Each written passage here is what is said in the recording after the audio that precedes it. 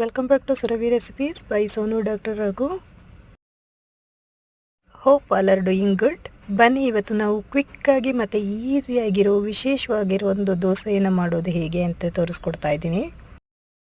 ಈ ದೋಸೆಯನ್ನು ನೀವು ಪ್ಲೈನ್ ದೋಸೆ ಸಹ ಮಾಡ್ಕೋಬೋದು, ಅಥವಾ ಸ್ವಲ್ಪ ಆನಿಯನ್ ಮತ್ತು ಸಾಂಬಾರ್ ಸೊಪ್ಪು ಹಾಗೆ ಸ್ವಲ್ಪ ಗ್ರೀನ್ ಚಿಲ್ಲಿ ಸೇರಿಸ್ಕೊಂಡು ಸಹ ಮಾಡ್ಕೋಬೋದು. ನಾನಿಲ್ಲಿ ಮೊದಲಿಗೆ ಒಂದು ಮಿಕ್ಸ್ಚರ್ ಜಾರ್ನಲ್ಲಿ ಉಳಿದಿರೋ ರೈಸ್ನ ಹಾಕ್ಕೊಂಡು ಸ್ವಲ್ಪ ಉಪ್ಪು ಮತ್ತು ನೀರು ಸೇರಿಸ್ಕೊಂಡು ಚೆನ್ನಾಗಿ ಬ್ಲೆಂಡ್ ಮಾಡ್ಕೊಂಡಿದ್ದೀನಿ. ನೋಡಿ, ಈ ರೀತಿಯಾಗಿ ಚೆನ್ನಾಗಿ ಬ್ಲೆಂಡ್ ಮಾಡ್ಕೋಬೇಕು. ಬ್ಲೆಂಡ್ ಮಾಡ್ಕೊಂಡಿದ ನಂತರ ರೈಸ್ ಪೌಡರ್ನ ಸೇರಿಸ್ಕೊಂಡು ಸ್ವಲ್ಪ ನೀರು ಸಹ ಸೇರಿಸ್ಕೊಂಡು ಒಂದು ವಿಸ್ಕ್ ಉಪಯೋಗಿಸ್ಕೊಂಡು ಚೆನ್ನಾಗಿ ಮಿಕ್ಸ್ ಮಾಡ್ಕೊಳ್ಳಿ. ದೋಸೆ ಹಿಟ್ಟಿನ ಕನ್ಸಿಸ್ಟೆನ್ಸಿಗೆ ಚೆನ್ನಾಗಿ ಕಲಿಸ್ಕೊಳ್ಳಿ. ಸೊ ಈ ದೋಸೆ ಮಾಡಲಿಕ್ಕೆ ನೀವು ರಾತ್ರಿ ಇಡೀ ನೆನೆ ಹಾಕಬೇಕಂತೇನಿಲ್ಲ, ಉದ್ದಿನ ಬೇಳೆ ಬೇಕು ಅಂತೇನಿಲ್ಲ, ಇಮ್ಮಿಡಿಯೇಟಾಗಿ ಕ್ವಿಕ್ಕಾಗಿ ಮಾಡ್ಕೋಬೋದು. ವರ್ಕಿಂಗ್ ಪ್ರೊಫೆಷನಲ್ಸಿಗಂತೂ ತುಂಬಾ ಹೆಲ್ಪ್ ಆಗುತ್ತೆ, ತುಂಬ ಟೈಮ್ ಕನ್ಸ್ಯೂಮ್ ಆಗೋದಿಲ್ಲ. ನಂತರ ಸ್ಟವ್ ಮೇಲೆ ದೋಸೆ ಪಾನ್ ಇಟ್ಬಿಟ್ಟು ಆಯಿಲ್ ಸ್ಪ್ರೆಡ್ ಮಾಡ್ಕೊಳ್ಳಿ.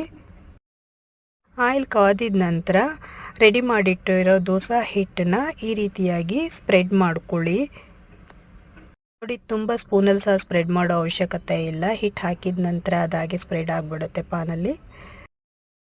ನಂತರ ಲಿಡ್ ಕ್ಲೋಸ್ ಮಾಡಿಬಿಟ್ಟು ಒಂದು 2 ಮಿನಿಟ್ಸ್ ಬೇಯಿಸ್ಕೊಳ್ಳಿ. ಹಾಗೆ ಎಲ್ಲ ದೋಸೆ ಹಿಟ್ಟನ್ನು ಈ ರೀತಿಯಾಗಿ ಸ್ಪ್ರೆಡ್ ಮಾಡಿಕೊಂಡು ಚೆನ್ನಾಗಿ ಬೇಯಿಸ್ಕೊಳ್ಳಿ. ನಾರ್ಮಲಾಗಿ ಮಾಡೋ ದೋಸೆ ಥರನೇ ಎರಡು ಸೈಡ್ ಚೆನ್ನಾಗಿ ಬೇಯಿಸ್ಕೊಳ್ಳಿ. ನೋಡಿ, ಎಲ್ಲೂ ಸಹ ಪಾನ್ಗೆ ಸಹ ಅಂಟೋದಿಲ್ಲ, ಚೆನ್ನಾಗಿ ಬರುತ್ತೆ.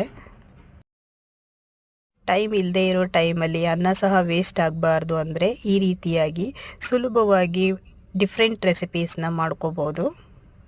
ಉಳಿದಿರೋ ಅನ್ನ ಉಪಯೋಗಿಸ್ಕೊಂಡು ತುಂಬ ತರಹ ರೆಸಿಪೀಸ್ನ ಮಾಡ್ಕೋಬಹುದು. ಸೊ ಮುಂದಿನ ವಿಡಿಯೋಗಳಲ್ಲಿ ಅಪ್ಡೇಟ್ ಮಾಡ್ತಾ ಇರ್ತೀನಿ. Stay tuned and please subscribe my channel.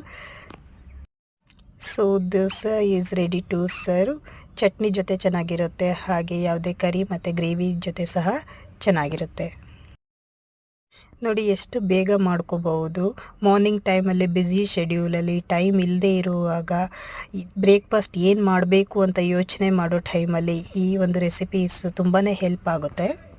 So ನಾನು ಅದೇ ದೋಸೆ ಹಿಟ್ಟು ಉಪಯೋಗಿಸ್ಕೊಂಡು ಇನ್ನೊಂದು ಥರ ಟ್ರೈ ಮಾಡ್ತಾ ಇದ್ದೀನಿ.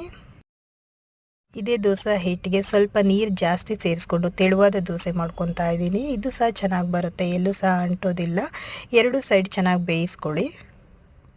ಇನ್ನೊಂದು ಥರ ಟ್ರೈ ಮಾಡೋಣ. ಸೊ ಇಲ್ಲಿ ಒಂದು ಸ್ವಲ್ಪ ಆನಿಯನ್ನು, ಸಾಂಬಾರ್ ಸೊಪ್ಪು ಹಾಗೆ ಸ್ವಲ್ಪ ಗ್ರೀನ್ ಚಿಲ್ಲಿನ ಸಣ್ಣದಾಗಿ ಹೆಚ್ಕೊಂಡು ಅದೇ ದೋಸೆ ಹಿಟ್ಟಿಗೆ ಮಿಕ್ಸ್ ಮಾಡಿಕೊಂಡು ಹಾಕ್ಕೊತಾ ಇದ್ದೀನಿ. ಇದು ಸಹ ಚೆನ್ನಾಗಿ ಬರುತ್ತೆ, ಟ್ರೈ ಮಾಡಿ.